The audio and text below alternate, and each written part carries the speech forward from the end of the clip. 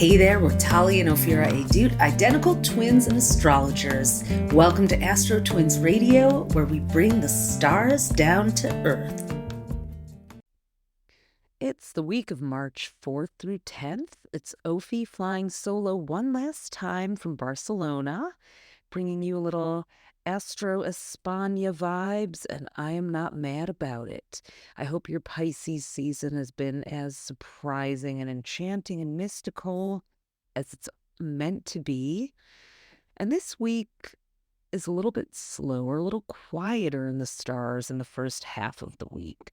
We've got the moon in Sagittarius and Capricorn and Aquarius, all leading up to a new moon. So those are the elder signs, the last signs of the zodiac. So there's an air of wisdom that you may feel Monday, Tuesday, Wednesday. Really just getting ready for that new moon coming to us at the end of the week on March 10th, a new supermoon. So we have a waning moon cycle, meaning, look, the light is kind of dwindling. It's getting a little bit quieter. It's a time to get more introspective. We just have a quarter moon that was on Sunday in Sagittarius, so a balancing point.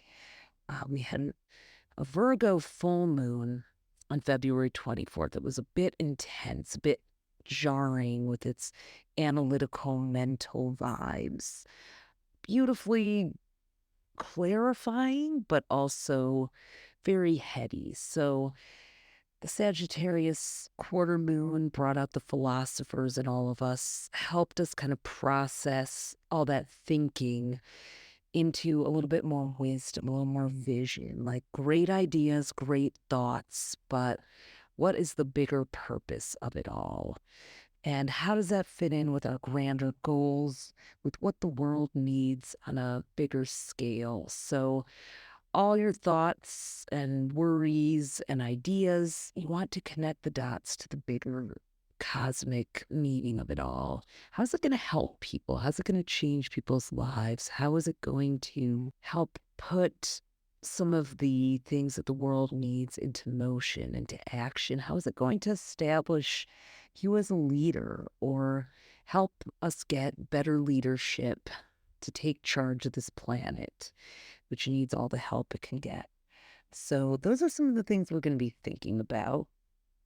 And then on March 8th, that's Friday, we have a Mercury-Neptune meetup in Pisces. So Mercury is the mental planet, very left brain. Neptune is the imagination, very right brain. So a super creative moment, a moment to express ourselves because Mercury wants us to speak up, but in a softer, compassionate way that Neptune, the empath, is going to help us with. But Neptune is also a little foggy and confusing sometimes. It can make us paranoid. It can make us believe illusions and confuse fact with fantasy. So you're going to have to be very careful on Friday, too. Some thoughts could creep in that are not a reflection of reality, but more of your fears or some subconscious activity that's going on that you haven't processed. So break out the journal, call up the therapist, hit the healer, or just really do some reflective, introspective work, get into some meditation, whatever it is, a moving meditation, however you allow thoughts to make their way through the channels without becoming something that you act upon. Because Mercury-Neptune meetups can also be quite confusing, especially in Pisces, which is a sign of illusions. But the next day, on Saturday, that's going to clear up because Mercury is going to move into Aries from March 9th until May 15th. That is a big shift. Pisces, very dreamy, the last sign of the zodiac. We've been kind of drifting around in our daydreams, waking dreams, lucid dreams, and then all of a sudden, boom, Mercury goes into Aries. It's all about action and expression and no filter. The Pisces might be a little too filtered, but Aries is the first sign of the zodiac. So suddenly everybody's got to speak their mind and express themselves and tell you what they think and tell you how you feel. And Lord knows we've enough of that in this world. I don't think that there are a shortage of opinions being expressed out there today. So make sure if you're going to express strong sentiments and strong words and strong feelings, that there's a greater intention. Aries can be a self-centered sign, and Mercury, the planet of communication in Aries, can have us speaking in me and I instead of we and us or you. Now, maybe it's time for a little bit of that. Pisces can make us a little bit too self-sacrificing, but with Mercury in Aries, we can become a little bit bulldozing. We can become overly concerned with our agenda at the expense of everybody else's. So you don't want to do a total 180 and, just putting yourself only first, last, second, and everything in between. So if you're going to speak with passion, or if you're going to tell a personal story or advocate for yourself, just really make sure that it's forwarding something that is positive. We don't want to add noise pollution. Again, if you're somebody who hasn't spoken up or shared an idea that could be something that changes someone's life, that could bring an entire new type of conversation into the sphere of discussion, then by all means, Mercury in Aries is here to help you summon the courage to do that. Please initiate new ideas, new conversations other than the ones we've been having while Mercury is in this courageous fire sign. So that comes with a little warning label, because the reason that Mercury's in Aries from March 9th to May 15th, an extended stay, because typically it only stays in a sign for a couple of weeks, is because, womp womp, Mercury is going retrograde April 1st through 25th in Aries. Oh boy. So all those warnings I just gave you, double or triple them and add quadruple protection. So a lot of us, have heard about Mercury retrograde, have made all the jokes about Mercury Gatorade. Please spare this podcast those. We've heard them all, but feel free to delight yourself with the Mercury retrograde humor. So what is Mercury retrograde, though? What is it really, for those of you who aren't sure or who have heard just bits and pieces of it? So 3 to 4 times a year, Mercury will pass the Earth in its travels around the sun. So it's almost like when you're in a car and another car passes you, and all of a sudden you have the illusion of yourself going backwards. That's what happens because they're traveling at different speeds. And so Mercury going retrograde, if you were to look from a telescope and count Mercury's travel 1 degree at a time through the sign of Aries, that piece of the sky that we call Aries, it would appear that it was suddenly going backwards through the degrees. Of course, it's not really going backwards, but that's how we measure tropical astrology, is in relation to where we are on Earth. It's not based on the constellations per se. It's based on the seasons and the planets in relation to our vantage point wherever we are on Earth. That's why there is no 13th sign, even though there are 88 constellations. Our measuring system for Western tropical astrology is not based on the positions of the constellations. There are other forms of astrology that use that, but the one we do does not. So we look at Mercury as though it's going backwards, and therefore everything under Mercury's jurisdiction also will go haywire, or can. And that includes communication, all forms, from your electronics to your conversations and interactions with people, to just the way you communicate. It also is your thought process. Suddenly you may be forgetful or foggy, or you may say the wrong thing. And Mercury retrograde in Aries can really make us a bit impolite.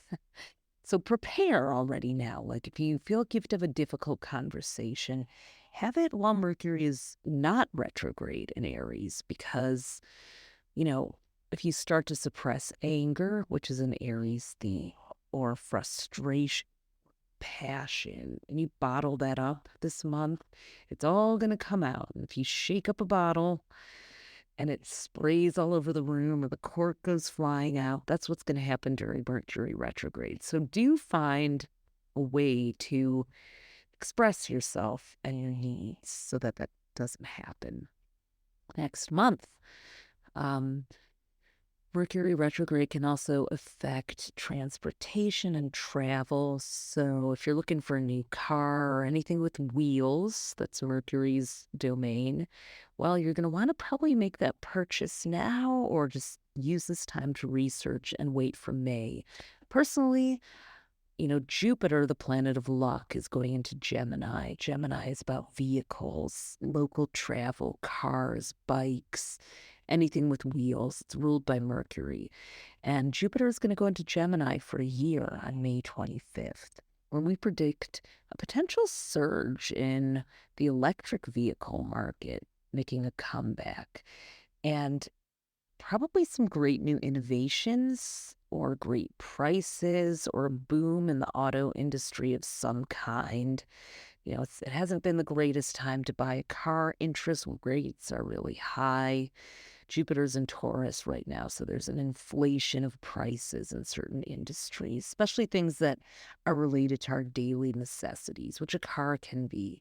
But when Jupiter goes into Gemini, all things wheeled could have a heyday again, and you may make much better decisions. So hold off till May 25th. I think I've been subconsciously doing that. I've been driving a car that was supposed to be a temporary car, but I just, my intuition keeps telling me to wait. And I think I'll be waiting till Jupiter goes into Gemini. So I'll be curious to see what happens in a couple of months. But if you are on the market for a car, then do your research and make sure that if you do make that purchase during Mercury retrograde, you've gotten all the financing worked out and done your due diligence on the car. So yeah, travel also. Check your passport, check your driver's license, make sure it's not expired. That almost happened to me. I didn't realize my passport was expired before a trip, birthday trip, an important birthday trip. So it's harder now to get a passport really quickly. So make sure you check out that. And yeah, back up all your data, back up your devices, watch what you send to the group chat, the text. I have so many apps now. WhatsApp, Signal, Telegram, text, phone. It's so easy to lose track of those. Maybe you want to do a little streamlining. Pick a couple of favorite platforms. You don't have to be on all of them. Do a little data streamlining during Mercury in Aries. Find the one that you love the most. Same for social media. That's also the domain. Mercury rules media. So maybe you want to try out one of the, try out Threads, give it another chance, or get rid of that X account if it's not your jam to be on there with all those. Well, there are a lot of trolls in that forest, if you ask me.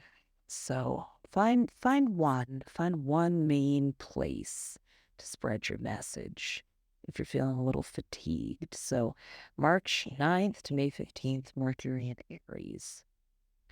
And then that same day, that is a day when, things really take a turn from the peaceful Pisces seas to the fiery, incendiary ones, because we've got Mars and Uranus in a square. Now, I've been hearing that some people have been listening to our podcast and learning about squares and trines when we talk about these angles. So there are 7 major angles that any two planets can make between themselves. And planets are like actors in the movie of your life, but those actors sometimes have scenes together. And the aspects, as they're called, the angles that they form between them, will determine if it's a buddy scene, a love scene, a scene of tension and fighting and conflict. So a square is a 90-degree angle.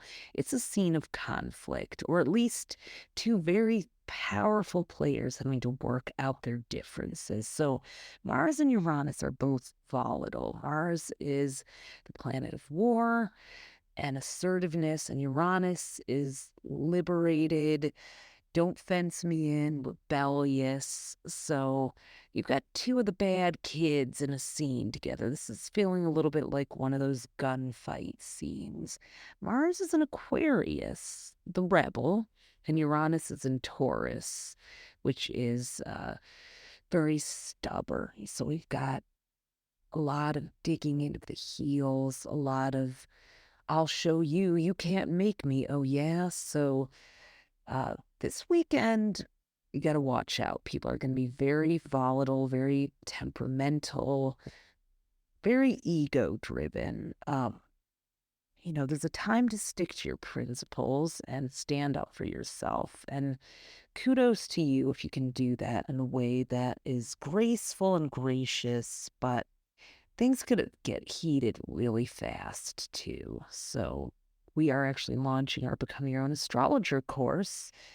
So sorry for those who missed out on the opportunity to do it with us, but we can't wait to kick it off. We're going to be working with a bunch of people who are going to be learning how to read their birth charts. And as it so happens, we're starting on the Mars-Uranus square.